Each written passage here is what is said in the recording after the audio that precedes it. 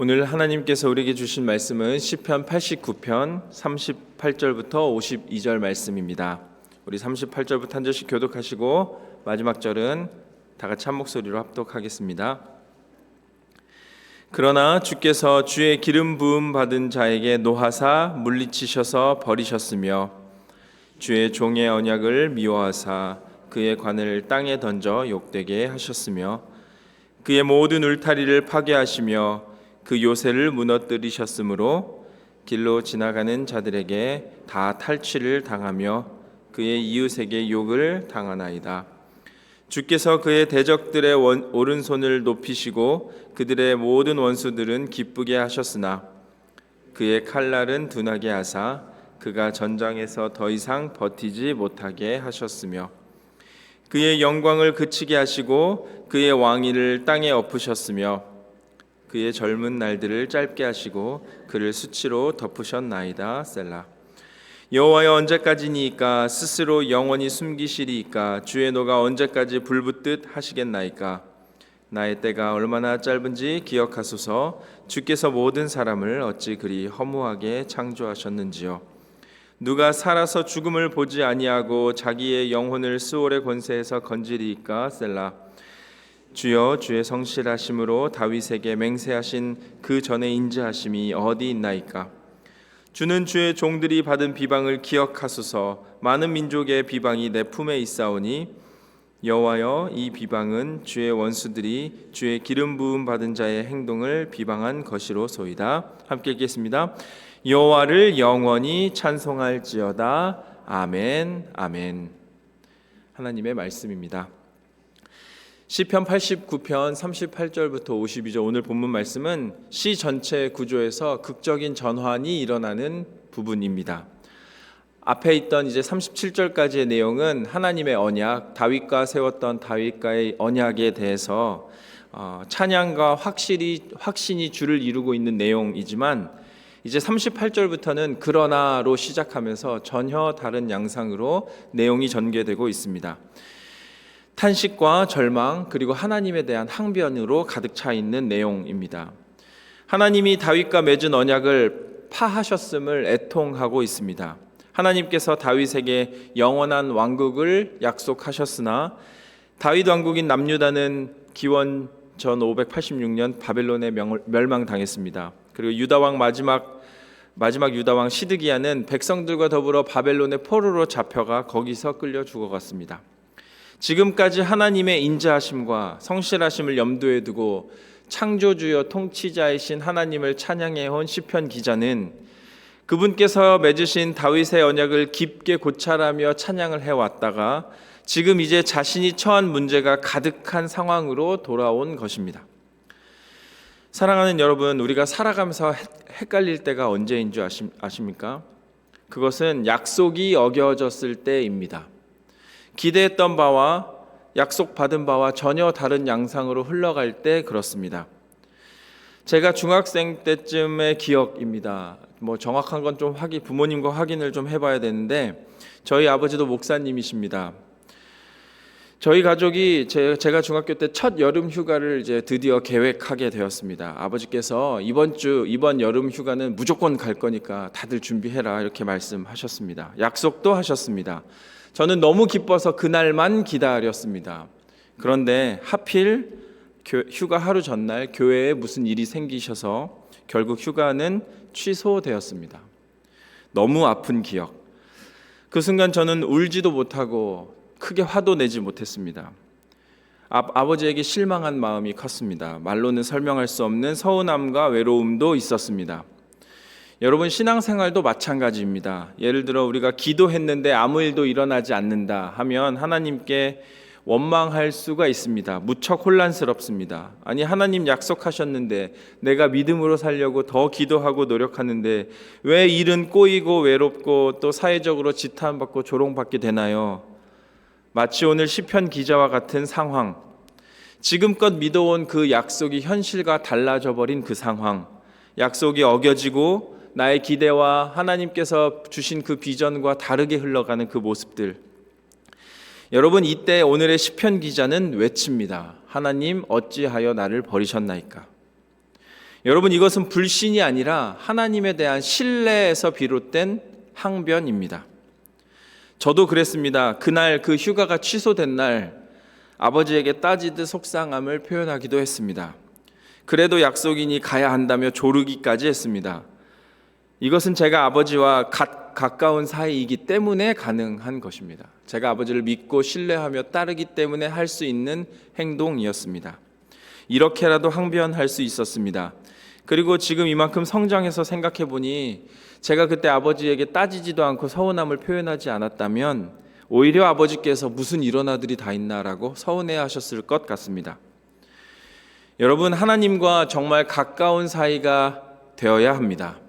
하나님과 가까운 사이가 안 되면 이렇게까지 항변할 수 없습니다. 오히려 멀어져 버리고 떠나버리고 남이 되어버릴 때가 많습니다. 내가 자녀로서 아버지께 나의 서운함을 토로할 수 있는 것, 여러분, 이것도 축복입니다.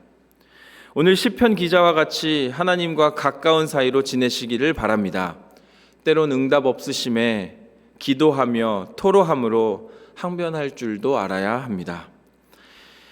오늘 시편 기자는 이제 이어서 자신이 처한 상황을 직시하기 시작합니다. 하나님께서 다윗과 언약 맺으신 것과 정반대로 흘러가기 때문입니다. 성벽은 무너졌습니다. 모든 이웃들이 조롱합니다. 왕이 사용하던 칼은 무뎌져 버렸습니다. 그의 영광이 땅에 떨어졌습니다. 그리고 깊이 탄식하며 부르짖습니다. 과연 하나님이 계시다면 이럴 수가 있을까? 우리도 살아가다 보면 이런 순간을 자주 마주하게 됩니다. 기도했는데 병은 더 깊어지고, 헌신했는데 일은 더 꼬여버리는 것 같고, 사역했는데 마음은 공허합니다. 도대체 왜 이렇게 되는 것일까? 언약의 하나님이시라면서요. 오늘 시편의 시인은 하나님께 책임을 묻는 것 같지만 사실은 고백하는 것입니다. 하나님은 언약의 하나님, 이런 분이 아니시는 것을 내가 믿습니다. 이런 확신 가운데 하나님이 주신 언약을 다시 한번 상기하는 것입니다. 여러분, 그는 믿기 때문에 이렇게 행동할 수 있었습니다.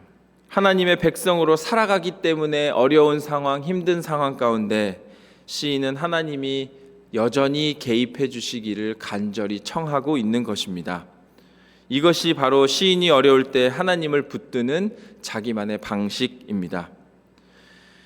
시인은 마치 아들이 아버지께 자신의 서운함을 눈물로 말하듯 하나님께 호소합니다. 오늘 46절, 47절 말씀입니다. 여호와여, 언제까지니까 스스로 영원히 숨기시리이까? 주의 노가 언제까지 불붙듯 하시겠나이까? 나의 때가 얼마나 짧은지 기억하소서. 주께서 모든 사람을 어찌 그리 허무하게 창조하셨는지요. 하나님, 저는 유한합니다. 언제까지 침묵하시겠습니까? 저는 시간이 없습니다. 여러분, 이런 고백이 저와 여러분의 고백이 되기를 소망합니다. 얼마나 솔직하고 간결한 고백인지 모릅니다. 우리는 자꾸 내일도 모레도 이 믿음으로 살아갈 거라 장담하지만 오늘 하루하루 이 시간이 중요한 것은 우리가 짧은 생애를 살아가며 하나님의 응답 없이 살아갈 수 없는 존재이기 때문입니다. 그렇기 때문에 더욱 간절히 부르짖어야 합니다. 또한 그럼에도 불구하고 하나님의 약속, 하나님께서 우리에게 주신 그 언약을 꼭 붙들어야 합니다. 49절에 이렇게 기록합니다. 주여, 주의 성실하심으로 다윗에게 맹세하신 그 전에 인자하심이 어디 있나이까? 성실하심으로, 그 인자하심으로. 히브리어로 헤세드, 변하지 않는 언약적 사랑, 의지적 헌신, 이것을 노래하는 것입니다. 시인은 이렇게 노래합니다. 하나님, 그 인자하심이 지금은 보이지 않지만 저는 여전히 그 인자하심을 믿습니다. 기억합니다. 나의 입술로 고백합니다. 나를 도와 주시옵소서. 그리고 오늘 시편의 기자는 그 믿음, 하나님의 언약을 다시금 이행해 주셔야 하는 이유에 대해서도 또한 하나님께 설명합니다. 51절에 이렇게 기록합니다. 여호와여, 이 비방은 주의 원수들이 주의 기름 부음 받은 자의 행동을 비방한 것이로소이다.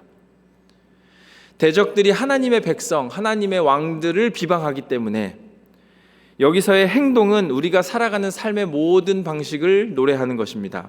하나님을 믿는 우리들, 그 언약의 백성의 삶 자체가 세상의 조롱거리가 되기 때문에, 말씀 위에 정직하게 사는 게 미련해 보이기 때문에 하나님께서 개입하셔서 나를 도와주시옵소서 노래하는 것입니다.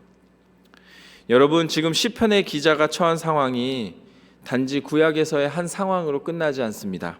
오늘 우리가 살아가는 세상과 너무 닮았습니다. 그런데도 오늘 시편 시인은 끝까지 하나님께 매달립니다. 그 언약은 아직 살아있다고 믿기 때문에 그 확실한 믿음으로 매달립니다. 여러분, 이 시대가 오늘날과 닮았습니다. 그렇기 때문에 우리도 시편 89편의 시인처럼 하나님께 매달려야 합니다. 우리의 삶을, 더 나아가 교회의 영광을 회복시켜 주시고 감히 주의 이름을 비방하는 그 모든 자들을 하나님께서 심판해 주시리라 믿고 확신하며 구해야 합니다. 그리고 오늘 이 시편은 결론으로 다다릅니다. 언약을 붙잡음, 그것은 찬양으로 나타나게 됩니다. 우리 52절 말씀 한번 같이 읽어보도록 하겠습니다. 여호와를 영원히 찬송할지어다. 아멘, 아멘. 아니, 지금껏 그렇게 하나님께 항변하듯 토해놓고 왜 갑자기 찬양할까요? 왜 뜬금없이 찬양으로 바뀔까요? 여러분, 이것이 믿음입니다. 지금은 보이지 않아도, 때로는 흔들려도, 하나님이 침묵하고 계신 것 같아도 하나님은 여전히 언약의 하나님이시기 때문입니다. 어제 주일 설교 말씀 가운데 세상에 아는 것 세 가지, 상식과 지식과 비밀이 있다고 하였습니다. 비밀을 아는 우리는 상식적이지 않아도, 지식적으로 이해가 되지 않아도 그 알게 된 비밀로 인하여 찬양할 수 있습니다. 상식에 벗어나기도 하지만 또 지식을 초월하기도 하지만 그 어려움 가운데, 내가 도저히 이해되지 않는 그 상황 가운데서도 우리는 즐겁게 찬양할 수 있습니다. 왜냐하면 비밀의 경륜을 아는 주의 축복받은 자녀이기 때문입니다. 여러분, 시편 89편은 끝나지 않은 것 같습니다. 이 역사적 시편은 믿음의 여정, 하나님의 응답으로 반드시 마무리될 것입니다. 사랑하는 여러분, 지금 여러분의 삶이 오늘 본문과 같습니까? 여러분의 삶이 시편 89편 후반부와 같지 않습니까? 하나님이 침묵하시는 것 같고 조롱받는 것 같고 나의 응답이 멀어 보이는 것 같습니까? 그러면 이제 더 이상 침묵하지 않기를 소망합니다. 오늘 시편 기자처럼 하나님께 항변하시기를 바랍니다. 언약을 상기하시며 기도하시기를 바랍니다. 눈물로 호소하시기를 바랍니다. 아들이 아버지께 따지듯 때로는 아버지를 찾아가 눈물로 붙들고 호소하는 그 탄식 중에 비밀을 아는 자로서 하나님을 높이는 삶을 살아가시기를 주님의 이름으로 축원합니다. 하나님은 약속을 잊지 않으시는 분이십니다. 하나님은 반드시 응답하십니다. 오늘 이 새벽 하나님은 우리에게 이렇게 말씀하십니다. 나는 언약을 잊지 않았다. 그러니 너도 기도와 찬양을 멈추지 마라. 끝까지 호소하여라. 헤세드, 인자를 믿으며 전진하여라.